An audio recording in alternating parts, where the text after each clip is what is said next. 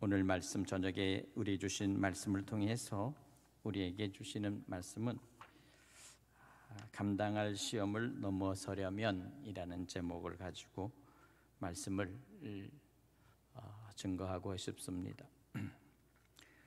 오늘 본문은 이스라엘의 지난 역사를 아주 짤막하게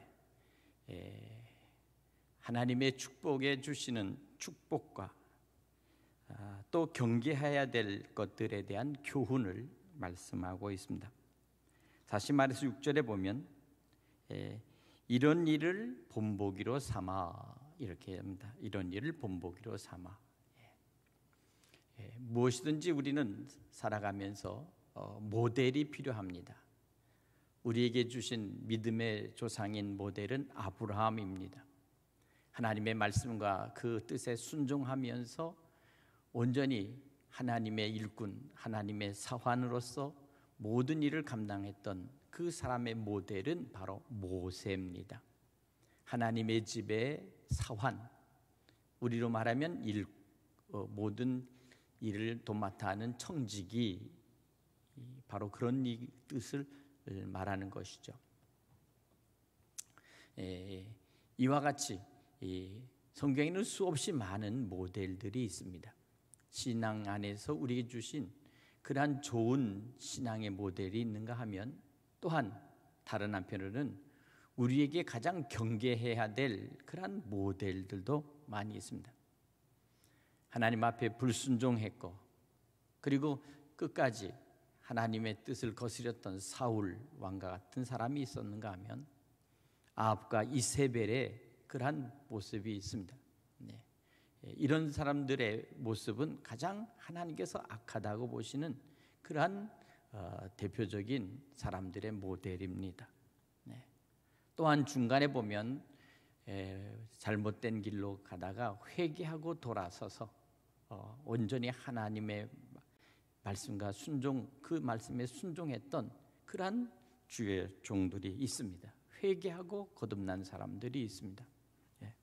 오늘 이 모든 것들이 하나의 본보기가 된다는 사실입니다.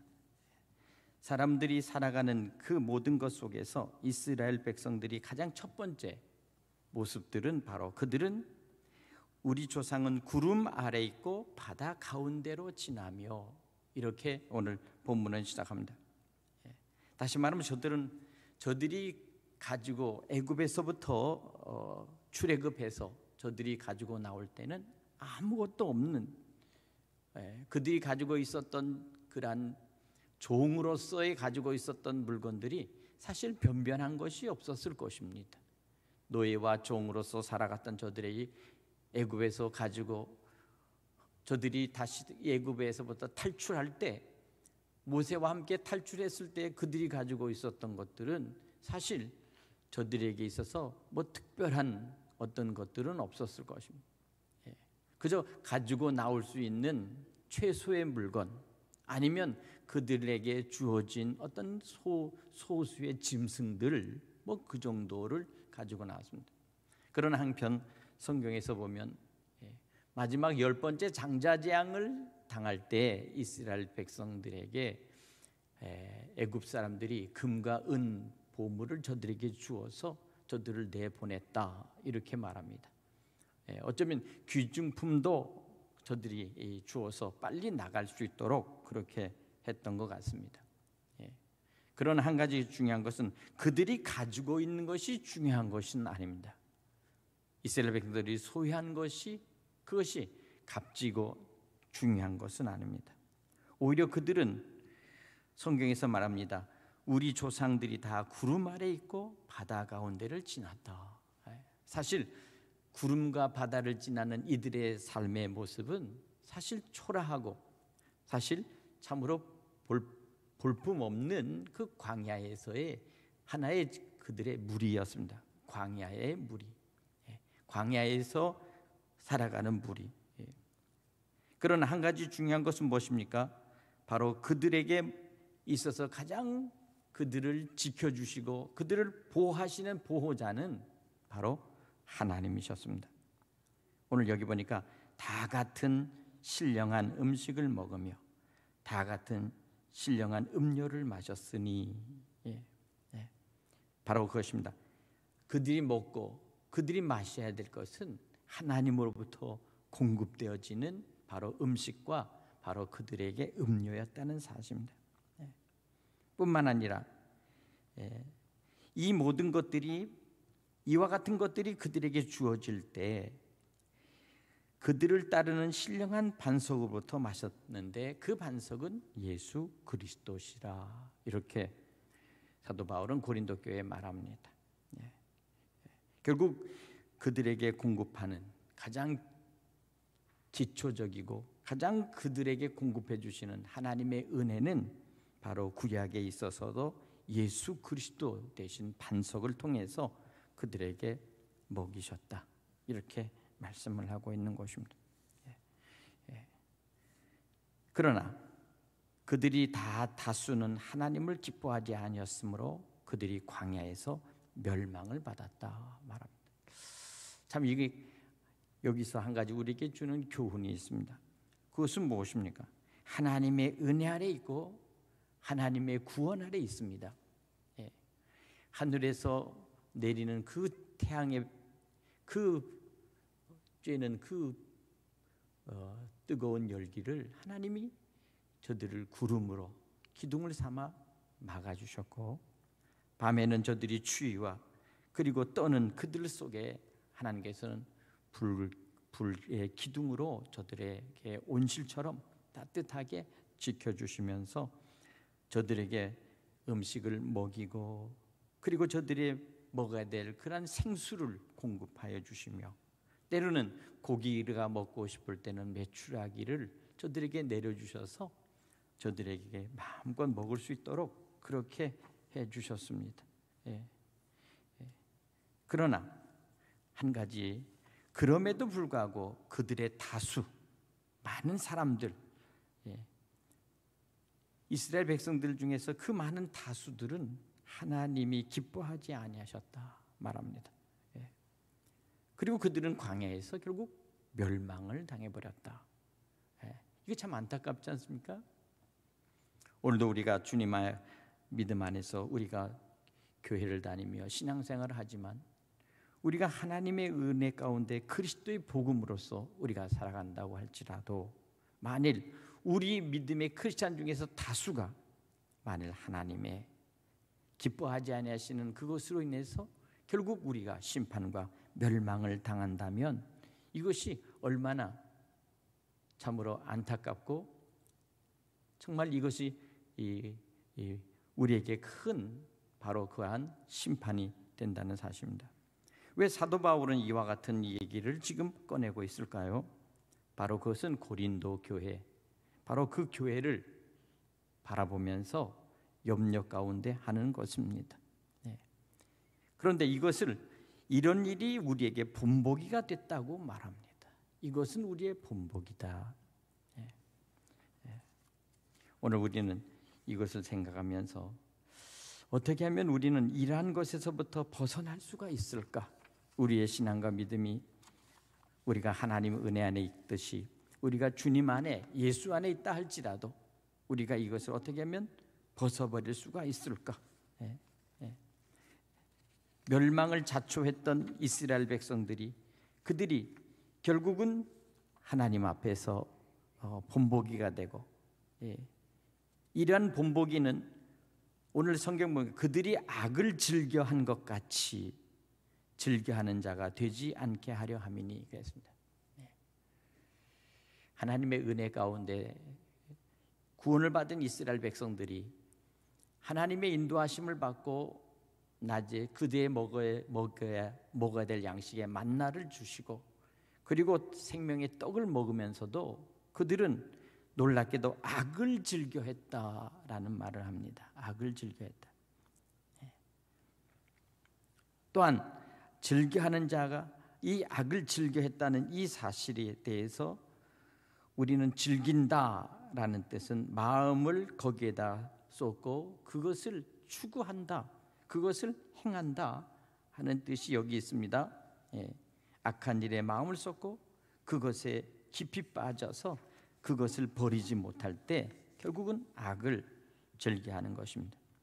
그 대표적인 것이 오늘 여기 이 네 가지가 있습니다. 바로 그것은 바로 그들에게 있어서 악을 즐겨하는 것으로 그들의 생각은 첫째는 우상을 숭배했다는 사실입니다. 출애굽기 32장 1절에 보면 금송아지를 만들어 놓고 그것이 우리의 신이라고 거기에 춤을 추고 거기에 제사하고 제물을 바치는 일이 벌어집니다. 이 일은 모세가 그 시내 산에 올라가서 이제 율법을 하나님의 법궤를 받아갖고 내려올 때 40일 동안 내려오지 않으니까 이스라엘 백성들이 우리의 지도자가 어디 있느냐, 우리의 신이 어디 있느냐 이렇게 하면서 결국 그들은 애굽에서 그들이 섬겼던 그 금 송아지를 거기에다 만들어 놓고 이 송아지가 곧 우리의 신이요 우리를 이끌어가는 바로 그 신이라 하나님이다 이렇게 했다는 사실입니다. 9절에 보면 하나님을 시험하다가 멸망을 했다. 두 번째는 하나님을 시험하는 것입니다. 이스라엘 백성들이 셀 수 없는 능력과 기적을 체험하면서도 그들이 믿지 못하고 하나님을 시험했습니다. 하나님을 원망하고 우리가 애굽에서 있을 때는 온갖 고기와 좋은 음식과 기름진 음식과 푸른 채소와 모든 것들을 우리가 먹고 편안히 살 수 있는데 우리가 이 광야까지 나와서 우리가 여기서 이와 같은 이 고통을 당하면서 죽는다. 이와 같이 하나님을 원망하다가 결국 하나님 앞에서 그들이 하나님을 시험하다 광야에서 불뱀에 물려서 결국 그들은 죽습니다. 뿐만 아니라 10절에 보니까 원망했다고 말합니다. 다시 말하면 그들 속에 불평과 불만과 불신과 그리고 비난을 의미하는 것이죠. 모세를 끊임없이 흔들고 그리고 모세를 향해서 원망했습니다. 지도자를 위해서 불평했고 비난했고 뒤에서 수군거렸습니다. 그러나 결국 민수기에 보면 결국 그들이 그와 같은 일을 하다가 하나님께서 지진과 연병으로 그들을 멸망시키는 것을 볼 수 있습니다. 바로 이것입니다. 바울은 이러한 이스라엘의 역사를 돌이켜보면서 이것을 본복이다 이렇게 말합니다. 예전에 성경에 보면 이 본복이라는 말을 하는 대신에 이것이 바로 거울이었다라고 해서 거울. 개역개정 이전에 성경에 보면 이것이 거울이라는 말로 쓰여집니다. 이러한 일이 우리의 거울이 되어 우리로 하여금 이렇게 말합니다. 거울이라는 것이 무엇입니까? 곧 우리를 비춰보는 것이라는 것입니다. 오히려 어쩌면 나보다도 더 나를 잘 알 수 있고 볼 수 있는 것이 거울일 것입니다. 내가 나를 아무리 보고 싶어도 내 얼굴과 내 모습을 자세히 비춰보지 못합니다. 내가 나 자신을 아무리 살펴보고 그리고 나의 모습들을 아무리 생각해도 나는 나를 온전히 알 수 있는 것은 내 스스로는 언제나 부족합니다. 생각해 보세요. 우리가 아무리 보고 싶어도 나의 앞에 있는 이 우리의 앞면은 우리 앞으로의 모습은 볼 수 있을지 모르지만 그러나 여전히 내 뒷모습은 전혀 나로 하여금 볼 수 없게끔 언제나 있는 그런 면이 있습니다. 사람은 누구나 그와 같이 자기는 자기 스스로 볼 수 없는 언제나 감춰져 있거나 아니면 드러나지 않는 그 부분을 언제나 가지고 삽니다. 이것이 바로 우리에게 있어 가장 큰 약점이기도 합니다. 만일 눈이 우리 머리 뒤에 있거나 아니면 등에 있다면 아마 어쩌면 모든 것들을 두루두루 잘 볼 거예요. 그러나 하나님께서는 우리의 눈을 앞으로만 이 앞을 바라볼 수 있도록 눈을 앞에 두셨습니다. 그러니까 우리의 삶은 언제나 앞으로 전진하도록 앞으로 나아가도록 되어 있는 것입니다. 물론 뒤를 돌아서서도 우리가 우리 스스로를 볼 수 있지만 한 가지는 나의 뒷모습은 볼 수 없습니다. 이것이 바로 약점입니다. 그렇기 때문에 언제나 우리는 우리 스스로 자체에 결함이 있습니다. 우리 스스로에게 언제나 우리는 부족함이 있어요. 이것은 여러 가지에서 나타납니다. 삶의 형태에서도 나타나고 우리의 삶의 모습에서도 나타나고 행동과 우리의 삶의 인격에서도 나타나고 우리가 갖고 있는 모든 행동과 모든 것에서 우리는 언제나 나의 부족함 그리고 내가 볼 수 없는 그러한 나의 약점이 있다는 사실을 우리는 인정해야 합니다. 이것이 바로 우리에게 주어진 본보기요 거울이 필요한 이유죠.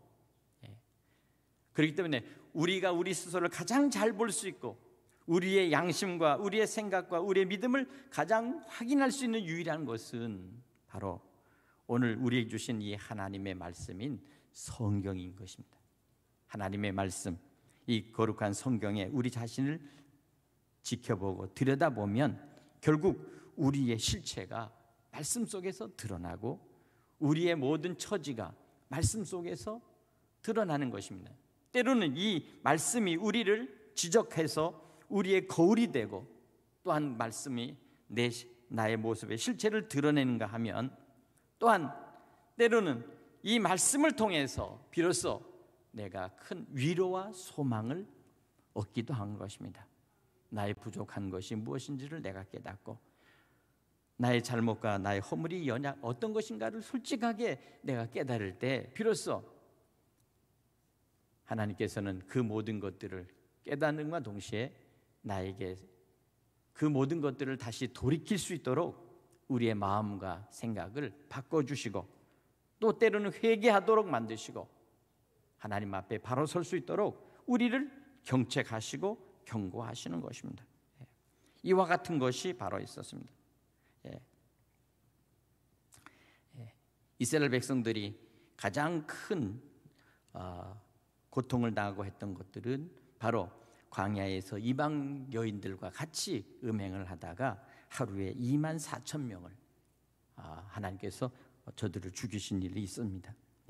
이와 같은 음행의 사건들이 있었고 때로는 하나님을 시험하다가 뱀에 멸망한 자도 있었고 또 어떤 사람들은 하나님을 원망하다가 결국은 멸망하는 이러한 일들이 있었습니다. 여기 우리에게 주신 말씀은 바로 이것입니다. 이스라엘 당한 일들을 우리에게 여러 가지의 측면에서 우리에게 본보기로 거울로 우리에게 보여주시면서 조심하라 하는 것입니다. 조심하라.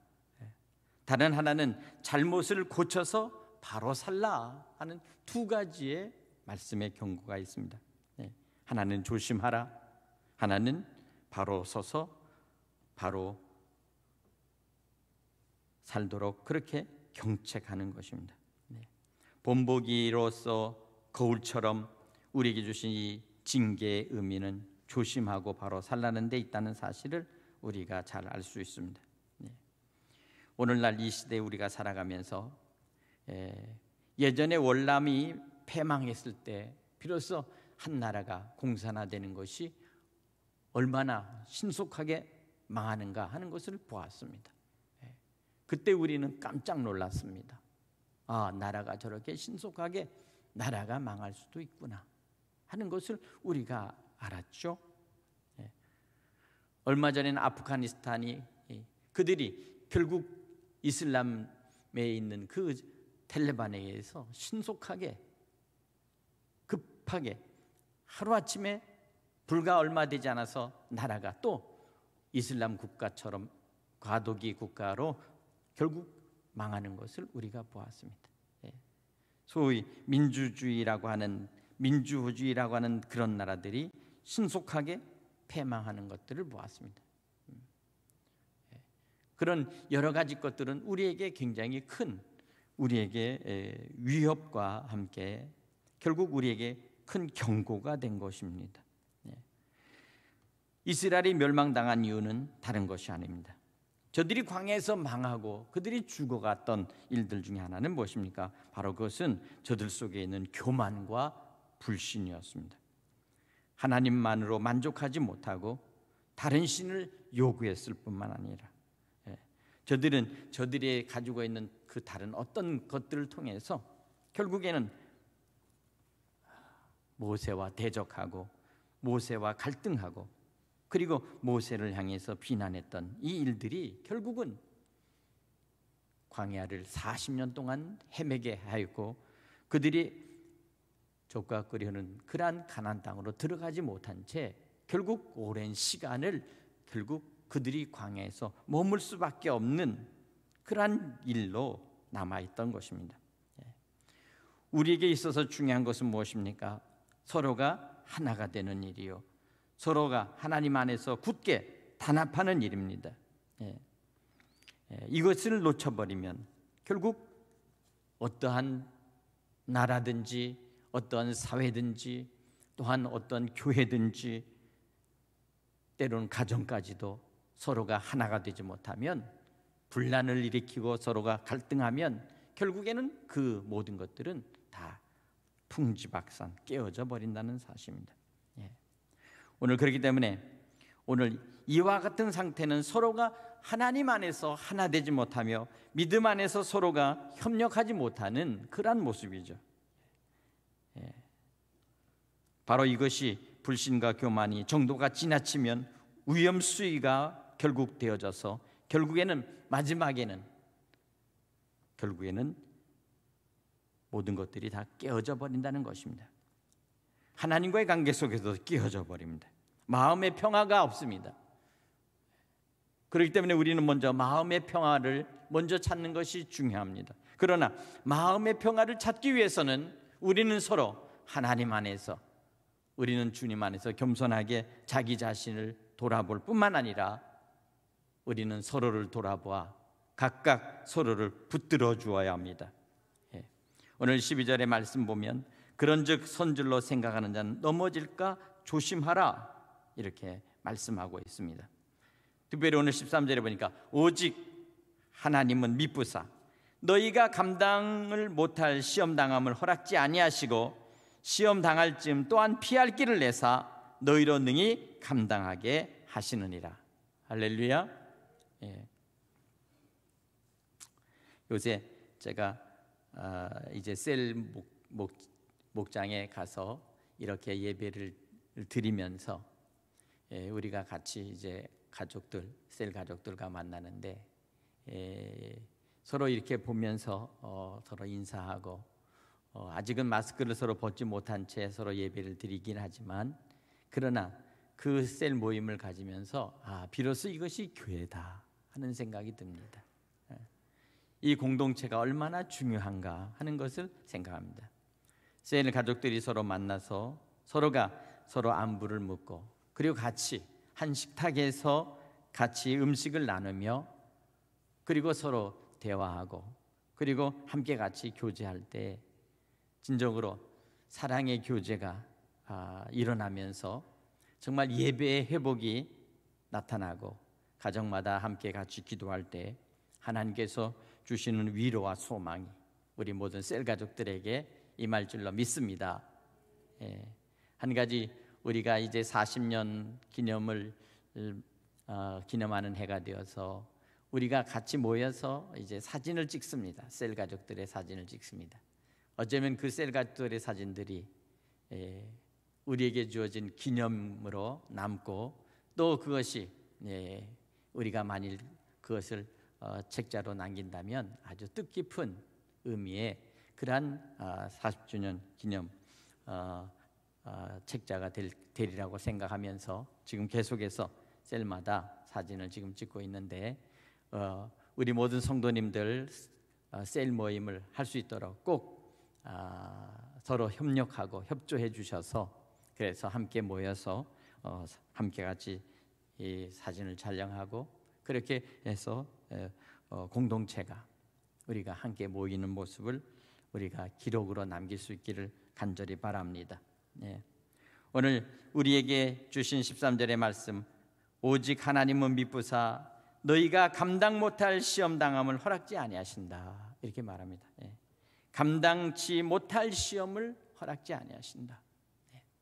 다시 말해 이 말은 뭡니까?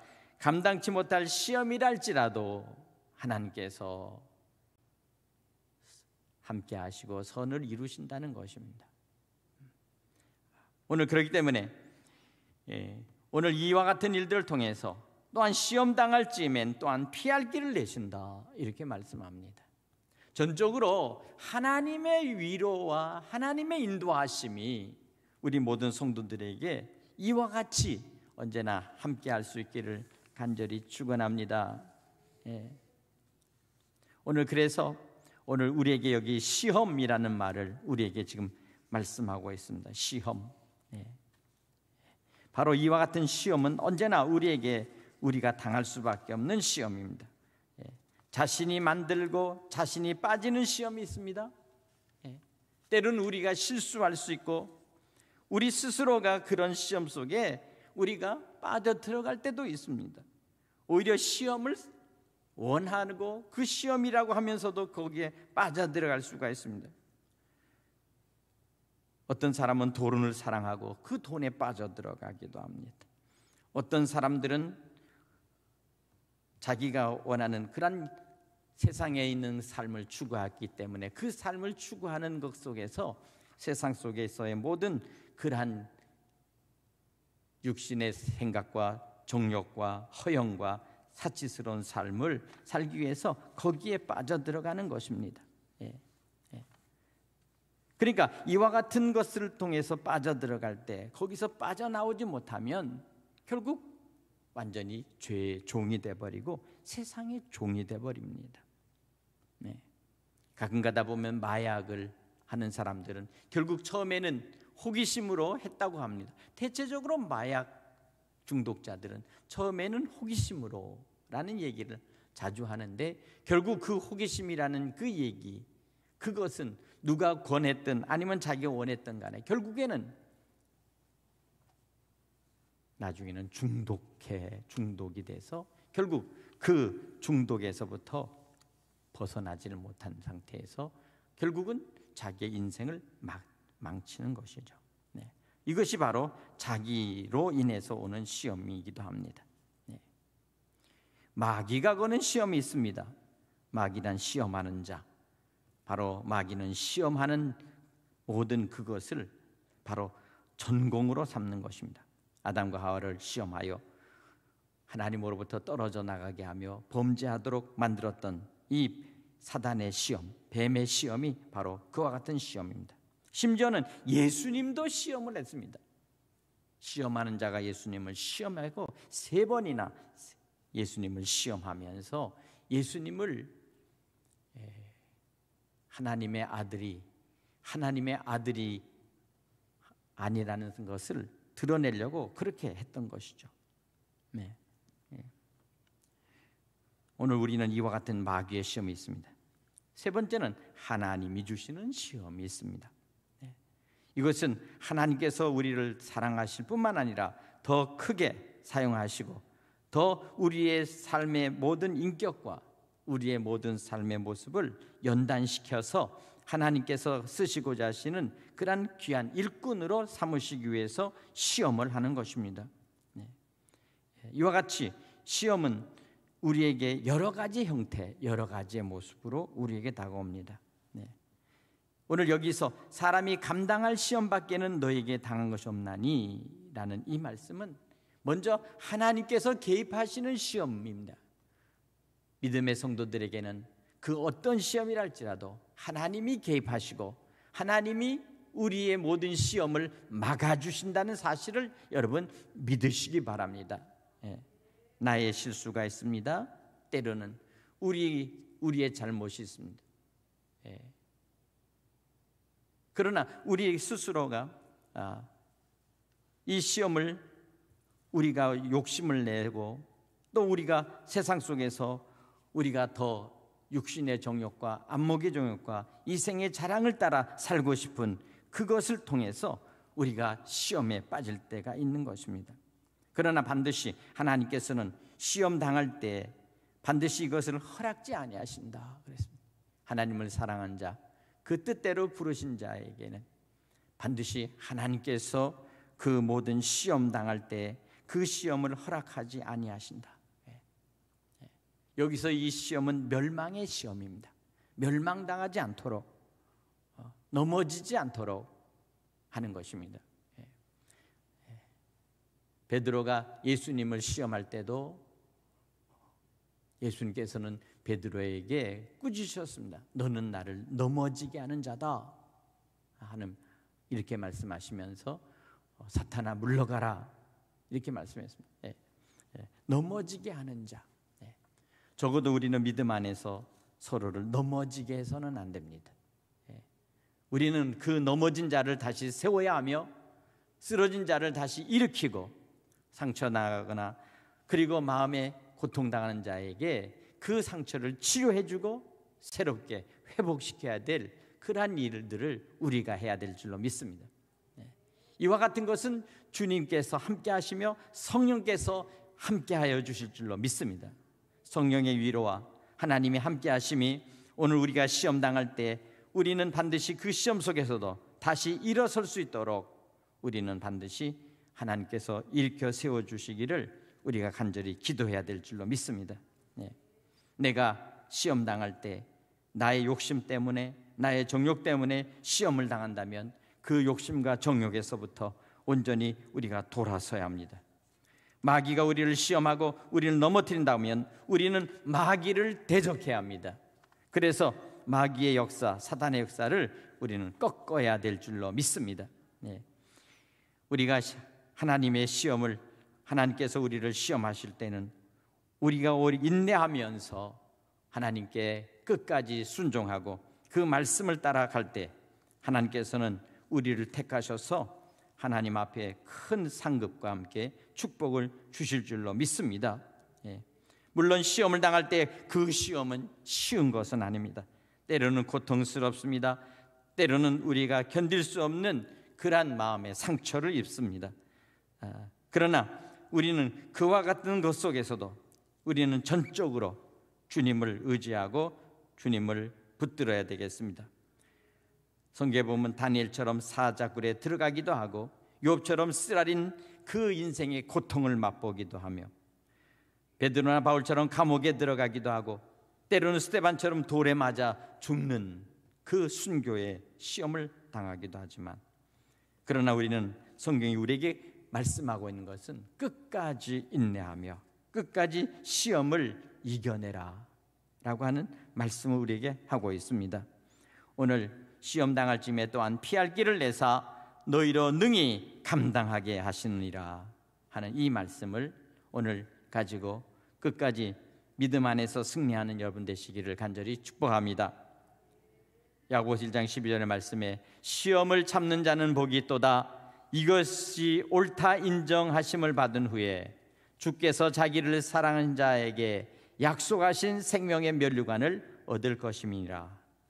오늘 시험을 끝까지 극복하고 시험을 견디는 자에게 생명의 면류관이 약속되어 있다고 말씀하고 있습니다.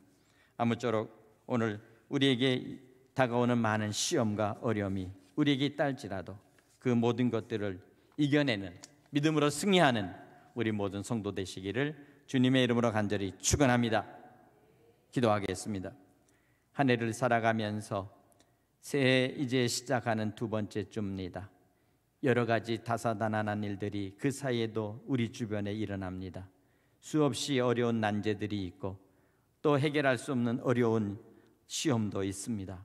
하나님이여, 우리를 불쌍히 여기시고 하나님 우리를 긍휼히 여기사 우리에게 이 한 해 동안 살아가는 동안에 모든 시험과 연단에서부터 이겨나갈 수 있도록 하나님 은혜를 베풀어 주시옵소서. 우리 모든 성도들을 지켜주시고 하나님께서 저들을 보호하시며 주님의 사랑과 은혜 가운데 가정마다 하나님의 평강과 위로와 또 우리 자녀들에게는